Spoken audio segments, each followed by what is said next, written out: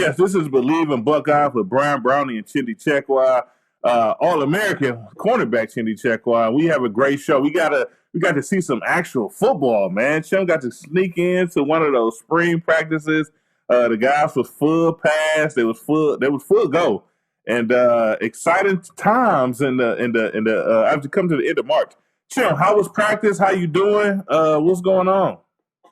Yeah, practice was good, man. You know, when you get a chance to go to practice, especially when a lot of other former players are there. Some I know, some I don't even know, right? But I get a chance to connect with a bunch of different guys, exchange phone numbers with some 80s Buckeyes, some 90s Buckeyes, and get to talk to the coaches, meet some recruits, all that stuff. So that was fun. But also you get the chance to actually watch the guys in action. So I have a few key takeaways from this most recent practice in terms of what I saw, what I was able to see. I'm looking at a lot of different things, talking to a lot of different people. But, one, the offense was rolling. Yeah. So Kelly's offense was rolling. Chip Kelly's offense was rolling. Guys making plays all over the field, deep plays. And now it was like Student Appreciation Day, so there was a bunch of students there as well. There was a lot of recruits there as well. There was, recruits' moms and high school coaches and stuff. The offense was putting on. They decided clearly before that practice that they were going to put on a show, and boy, they did. So that was big. I think that was big. Another thing was the defense. The linebackers. There's some very, very large, athletic linebackers on Ohio State's roster. And those guys, when you look at them, they have a lot of potential. C.J. Hicks, I saw, at least in this practice, was going with the starting unit. And when he's downhill, when he's blitzing, he's an explosive player. Arvor Reese, he was, I think most of the time he was playing the Mike linebacker with the twos. And man, he is a big guy. He is a big guy who can move well. So that was interesting. And Sonny Styles at the linebacker position, moving closer to the line of scrimmage, no longer playing safety. Just another guy. So interested to see how those guys develop there. And yeah, I think the offense rolling, those linebackers were two key areas of things that kind of came out that I saw. Yeah. Now I know obviously that group, those are the younger guys, the emerging guys, more like in that linebacker position. I know basically the field general now kind of taking over from Tommy Eckenberg is Cody Simon stepping in that position, and I know now they I guess this. Since things that happened up north, the guys now have like the radio headsets on, right? Kind of playing that mic position. Did you notice anything there? Did that look a little bit different? Basically, I was in college football. It's brand new. That's usually something that's held on to the NFL. With the radio in the helmet, could you catch anything there? Yeah. So I went there. I didn't realize. I know they had decided, or they were deciding on allowing guys to wear the headsets and sending in, the play calls in that way. But I didn't realize it was already something that was going on, right? So, you saw the linebackers, the middle linebackers. Arvor Reese had one on. Cody Simon had one on. And, the coaches are on the sideline, give a radio in the call. You see Jim Knowles calling the call. I also saw Jordan Hancock, who's at the nickel corner, also had one on, which was interesting to me because usually a nickel corner doesn't get a lot of information. He just comes in, and it shows the type of veteran he is, right? I mean, this is year 4 for him. Yeah, so yeah.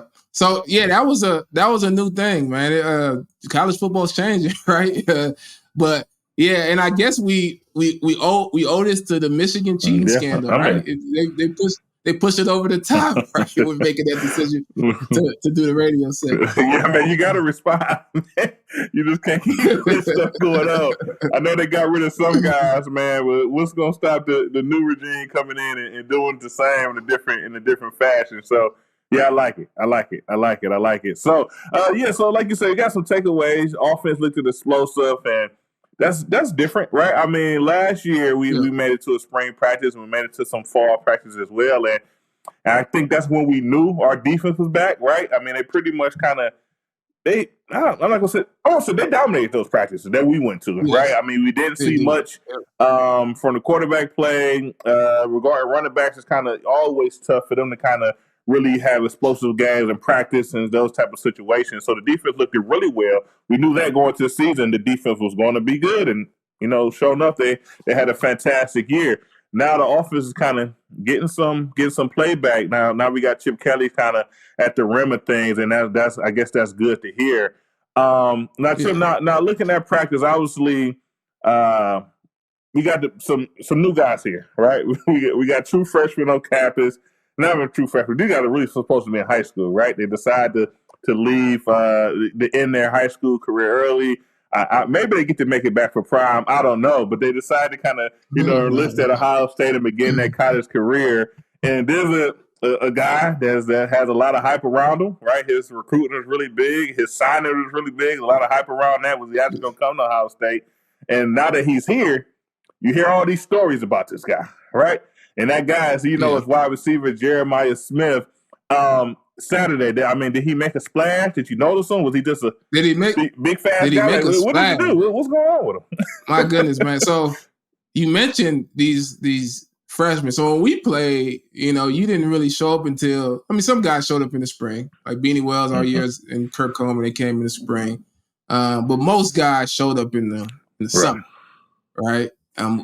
Now it's almost customary to show up starting at the beginning of the years, after season in January. So you mentioned like these guys, they still got a high school prom. So they may or may not attend.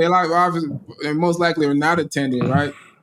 It is hard for me to imagine Jeremiah Smith being a senior in high school. Right? That's just hard for me to imagine that just this past football season, he was going against high school cornerbacks, sophomore, junior, freshman cornerbacks, right? Guarding this guy. This guy is special, and what he reminds me of is a Joey Bosa coming in as a freshman and looking like a guy who's been there for 3-4 years. That's what he looked like, and he put on a show. Passes from Devin Brown. Jump balls, I would say. They look like jump balls, but it seemed like only one guy was able to even jump to go get it. He was impressive. But I think the receivers across the board, man, and not everybody even practiced. If you look at last year, obviously we had great receivers last year. We had great receivers the year before.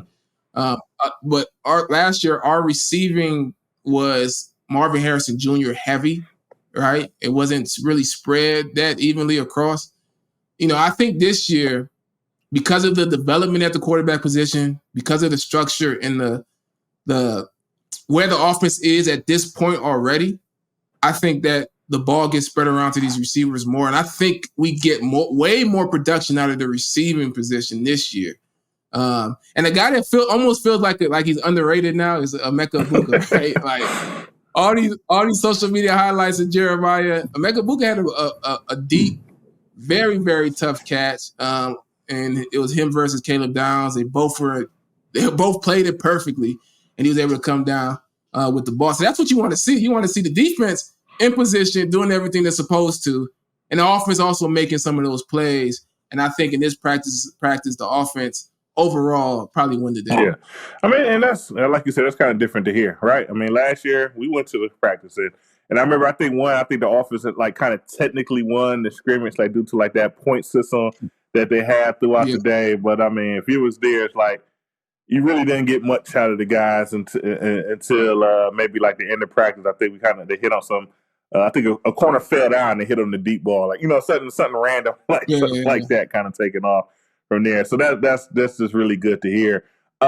Defensively up front, we got a lot of vets back, right? We have a very strong unit up front coming back. How did they look rushing the passer? Did those guys even practice? I feel like those guys are so old now. Did they even practice, man? Or how does the defensive line look going against our offensive line? Well, we know we need to see some improvement there coming into this season. Yeah, I think, this is what I kind of liked about it the most. What I did pay attention to and what I did see is there was a lot of pressure on the quarterback. I don't know, it's hard to judge, how the offensive line did. I don't tend to watch the offensive line, but I know the defensive line put a lot of pressure on those quarterbacks. A lot of guys getting in the backfield, guys like CJ Hicks coming down on blitzes, getting sacks. That was well, but I also thought the quarterbacks handled a lot of that pressure well as well. So I think it was on both sides. But yeah, that defensive line, a veteran defensive line, I expect a lot out of that group, really out of the entire defense. But you really can hang your hat on the defensive line this year and the defensive backs, with the hope and the expectation that some of those young linebackers who have a ton of talent continue to develop and are able to be impactful players this season. Yeah, I got you there. So now, as everyone know, right, we got a quarterback competition, all right? We got a quarterback out the portal, a guy, Will Howard, who's basically, I think he's essentially a 4-year starter at Kansas. Yeah. I mean, he played a lot of football, played a lot of decent football, good football, for his university before transfer over to Ohio State. And we know we have Devin Brown. Devin Brown is going to his 3rd year here at Ohio State. Obviously, he was in a competition last year that he did not win, right? And when it come down to it, he played a little bit, but he had some injuries. And then essentially just had on the field, all we really know is for him to kind of, maybe show a spark.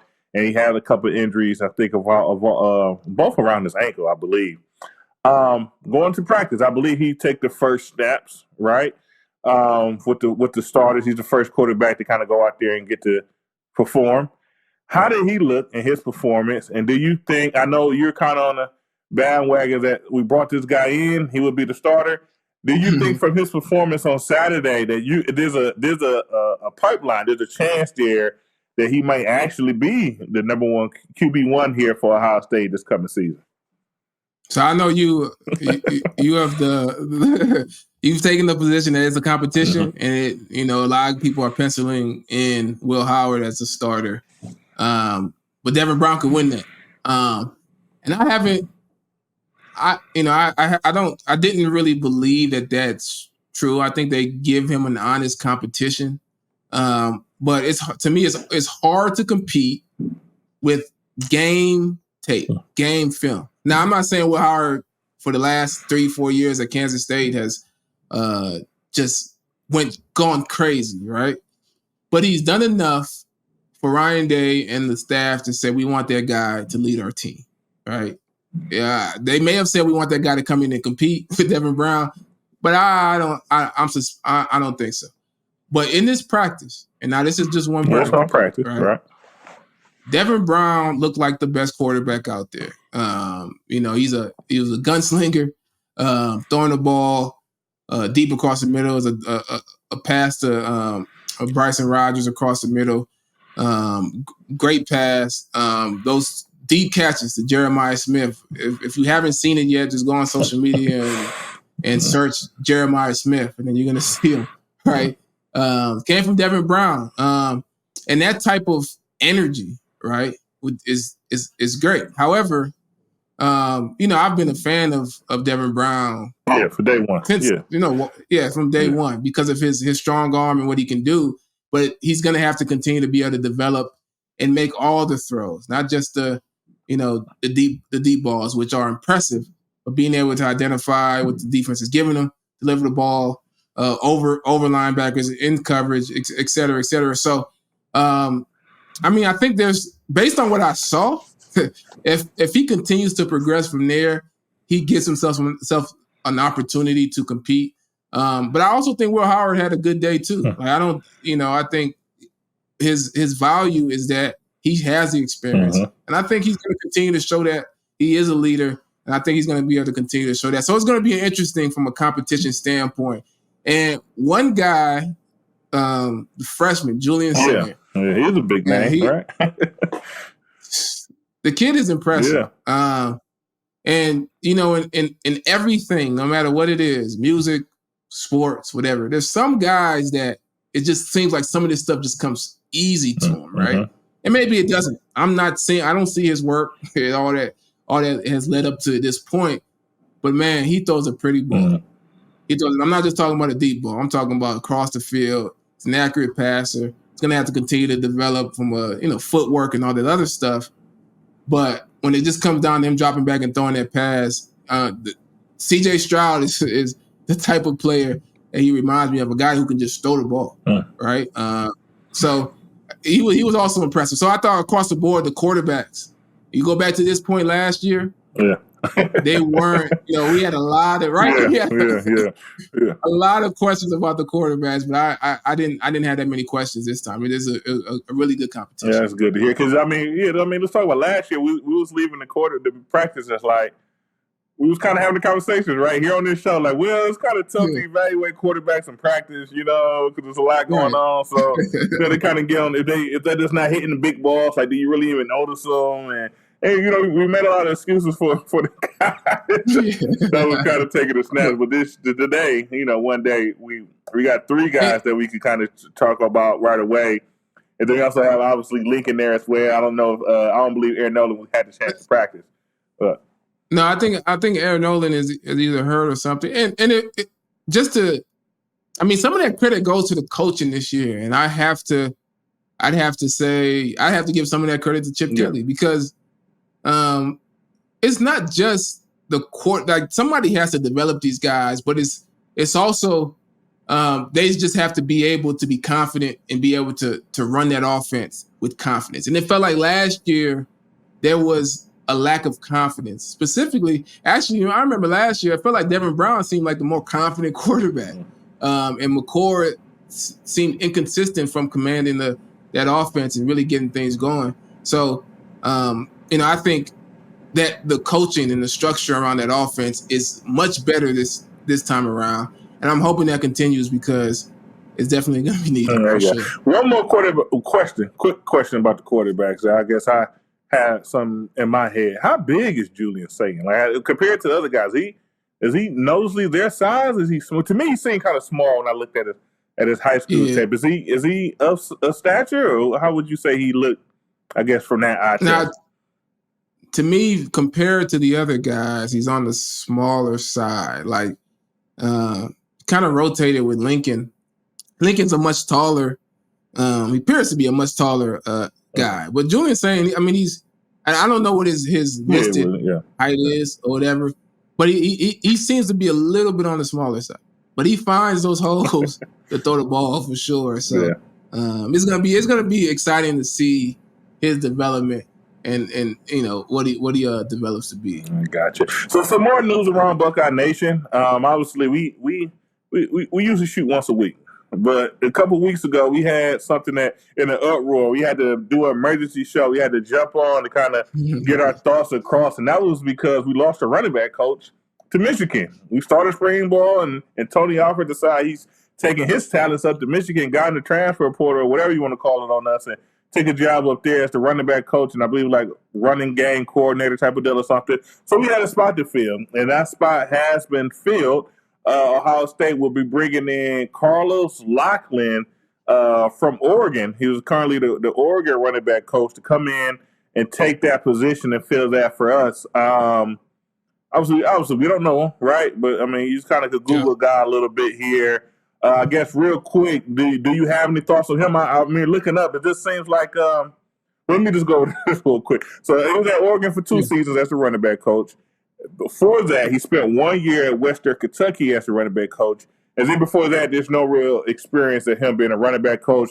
He was a high school recruiter from Florida State for a year before joining Western Kentucky. Before that, it looks like he was in high school doing like some offensive coordinator type of work.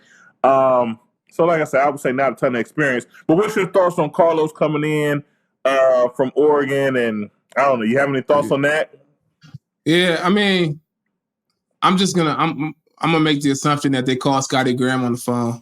He's on the West Coast, so he's on the Western.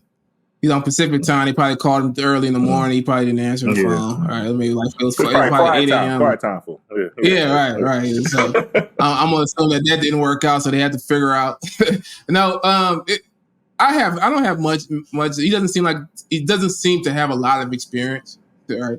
I was joking that I got about as much as college coaching experience as he does. But I think this it feels more like a recruiting move, right? Get a guy in conference, right? Oregon is in the Big Ten. Another Big Ten coach. So that's a power move. That's for sure. Yeah. We lost one to the rival. Let's go grab one from another elite. I mean, really, if we look at who's the top teams in the Big Ten, Oregon's probably. We still owe Oregon one. That's a whole other conversation, but we owe them one for sure. But yeah, go ahead. So grab their coach. Also, a little wrinkle here. One of the running back recruits, Jordan Davison, who's getting recruited by Ohio State, getting recruited by Tony Alford. Mm-hmm. Tony Alford goes to Michigan. So he's now obviously getting recruited by Michigan with that relationship that he's built. And I think Oregon was recruiting him as well. So you bring in a coach who's already building relationships with some of the targets that you're going after. So I think it's at Ohio State, they specifically under Ryan Day, they really value your ability to recruit for obvious reasons, right? So I think that played a big part in getting this guy. And they have to fill the role, right? So that also played a big part. Yeah, as well. Right. He has like a viral clip going around where he's like kind of explaining his coaching style, and he's like, nothing is given. You have to earn everything here. And to be honest, it sounds pretty good. Like it's a nice stern talking to, like he's speaking to the media, but you could feel, his passion. They obviously don't know him as a coach, but if he coaches the way he talks to the media, and then, that's always a start there. A guy coming in that could really demand some guys, to put some grit, to put some work in to get those carries come Saturday. I don't care that much about those clips for real. Like, I care about them when I can point to the track record a little bit and say, dang, what he's saying and what he's done, man, that matches up really good. When I can't really point to the track record, I don't discount it. That stuff is great, but it's kind of like, all right, from me receiving it is like, that's great. Hopefully, what he's talking is what he can bring to the table. But it's to be determined. They feel the position, and hopefully he's a guy that can continue to help support that position, which is a great room that we have currently. Yeah. I mean, definitely walked into. I mean, I don't think it's really too much of an argument. It has to be the best running back room in the country, and he's also a former running back. He played college running back as well. I think he played at maybe like Chattanooga or something of the sort. But so he has some experience at actually, running the ball as well. So we'll see. Hopefully things go well. Hopefully, no one is pointing fingers on him if we can't get the running game going this year. And the guys hold the ball and they do their job, they block. All those things that a running back has to do. But but also, like you said, this practice, there was a lot of recruits in town. We hosted a lot of guys, people we was targeting for the upcoming season, as far as guys coming out of high school, family, students, a lot going on. But it seemed like it was a successful weekend. We did have several guys commit. We have Deshaun Stewart, 4-star safety out of New Jersey. DZ Jones, who's a wide receiver. It looked like him and Deshaun are actually high school teammates. He's a wide receiver, 4-star out of New Jersey. We have a linebacker commit, Tarvis Alford, 4-star linebacker out of Florida. Also have London Merritt, another guy out of Florida, 4-star that played the defensive line. So it seems like we might have lost to Alford and gained to Alford. I mean, is that fair to say? It is fair. And I think, we're getting a lot of top DBs, right? We're getting a lot of top DBs. However, at the same time, there is kind of this hole at the safety position. We had, thank God we got Caleb Downs to come over, but Sonny Styles moved to linebacker. Lathan Ransom is going to be gone next year. Caleb Downs only really has this season, another season, and he's gone. We really needed to start filling in that safety position, and so you get Deshaun Stewart who's coming in. Fahim Delane was at practice, another top safety. Dorian Brew Mm-hmm. was there as well, a guy who could play cornerback or safety. He was actually on our show, so he's one of our guys for sure. Definitely one of our guys. I spent some time with him during practice. Got to talk to Fahim as well. So Ohio State's not done, right? They're not done. Continuing to try to fill those gaps, those holes, and it almost feel like they're going to have too many quarterbacks, which I don't know if that's possible in the NIL era where people in the transfer portal era, people can transfer, but receiver and cornerback are like, I don't know. Kind of knocking out the park, right? Those are good problems to have. I mean, we could do a whole show on that. We would speak about it a little bit more, but we know all the guys that are committing. Chances are, about time it's time to actually sign due to, we're going to say birds in the air or NIL dollars. Guys kind of will start fluctuating around a little bit. But obviously our guys are doing their job and getting people to commit, and that's always a start because they see what they're coming into, the atmosphere that you're coming into, the competitive atmosphere, and how well we've been doing over the years. So kudos to Coach Day and staff for continuing to bring guys in. But that's our show for today. That's Believe in Buckeyes. Once again, we're brought to you by Bet Online. We like to always end our shows with a nice OH. Ayo. Go Bucks, and we'll catch you guys next time. Go Bucks.